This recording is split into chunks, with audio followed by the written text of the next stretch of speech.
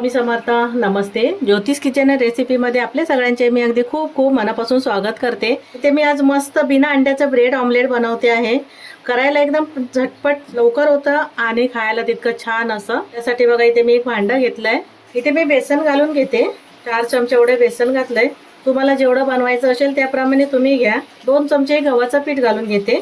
पाहिजे तर तुम्हाला मैद्याचा पण वापर करू शकता, पण मी मैदा न घालता गव्हाचं पीठ घालून घेतलंय. 2 चमचे गव्हाचं पीठ घातलं. चवीप्रमाणे मीठ घालून घ्यायचंय. थोडीशी हळद घालते. मिरची पावडर एकदम थोडीशी, 1 चमचा एवढी पण नाहीये, एकदम कमी घातली. आता थोडं थोडं पाणी घालते आणि मिक्स करून घेते. जास्त पण नाही पातळ करायचंय, थोडं थोडं पाणी घालून असं मिक्स करून घ्यायचं. इथे थोडं थोडं पाणी घातलं आणि हे मिश्रण इतपत मी घट्ट ठेवलंय. जास्त पातळ पण नाहीये आणि जास्त घट्टही नाहीये. हे मी आता थोडं बाजूला करते.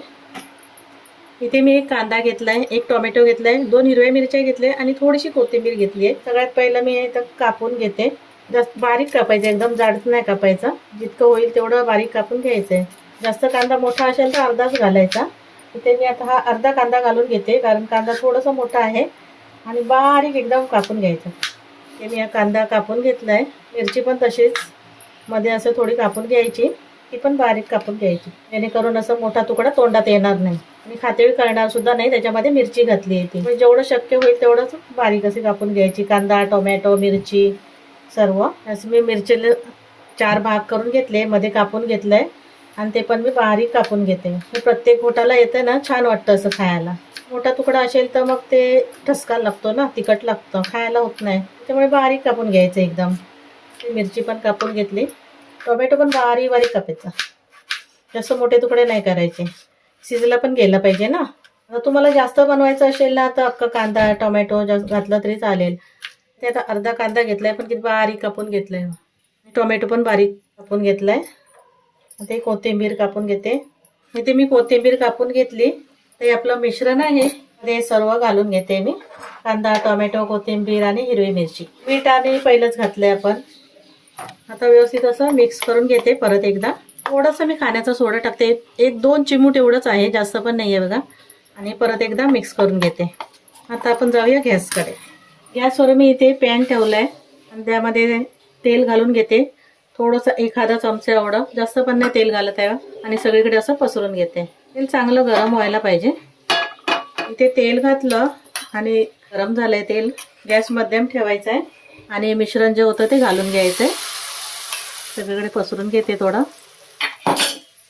आणि हा मी ब्रेड घेतलाय, थोडं असं हे लावून घेते. बेसन हे मिश्रण जे आहे असं लावून घ्यायचं आणि मग परतून ठेवायचं असं. आता गॅस मी कमी केलाय. पहिले एका बाजूने थोडंसं शिजून घेते. इथे आता गॅस मी कमी केलेला आहे. एका बाजूने शिजलं गेलं की थोडंसं वरून इथे ब्रेडवर तेल घालून घ्यायचं आणि हे परतून घ्यायचं. मस्त किती फुललं गेलंय. आता गॅस कमीच ठेवायचा आणि चांगलं शिजून घ्यायचं दोन्ही बाजूने. मी आता परत एकदा परतून घेते. अजून इकडे चांगलं शिजलं नाही गेलंय, त्याच्यामुळे परत ठेवते. इथे मी आता परत परतून घेते आणि मस्त असं आता ब्रेड पण छान शेकला गेलाय आणि पोळं पण मस्त असं शिजलं गेलंय. आता मी इथून जे तुटलंय ना तिथून असं आपण हे आतमध्ये करून घ्यायचं दोन्ही बाजूने. पुढून पण थोडंसं असेल जास्त तर ब्रेड बरोबर करून घ्यायचं आणि परतून घेते मी आता ब्रेड. खूप मस्त असं आपलं ब्रेड ऑमलेट तयार झालंय. मला कळणार सुद्धा नाही की अंड आहे की काय आहे. उलट सुलट करून छान असं शेकून घ्यायचं.